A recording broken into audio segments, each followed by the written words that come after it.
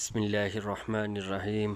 السلام علیکم۔ آپ دیکھ رہا ہے میرا چینل کرپٹو کرنسی۔ ناظرین، بات کر رہی ہے کرپٹو کرنسی کہ کرپٹو کرنسی کیا ہے۔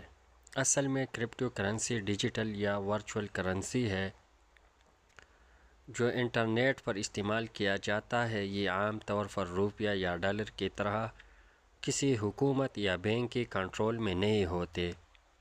یہ ایک ایسا پیسہ ہے جو آن لائن ہوتا ہے اور یہ خفیہ کوڈنگ سے محفوظ کیا جاتا ہے اور اس کی لین دین ایک عوامی ڈیجیٹل ریکارڈ میں محفوظ ہوتی ہے۔ اصل میں کرپٹو کرنسی کہاں استعمال ہوتی ہے؟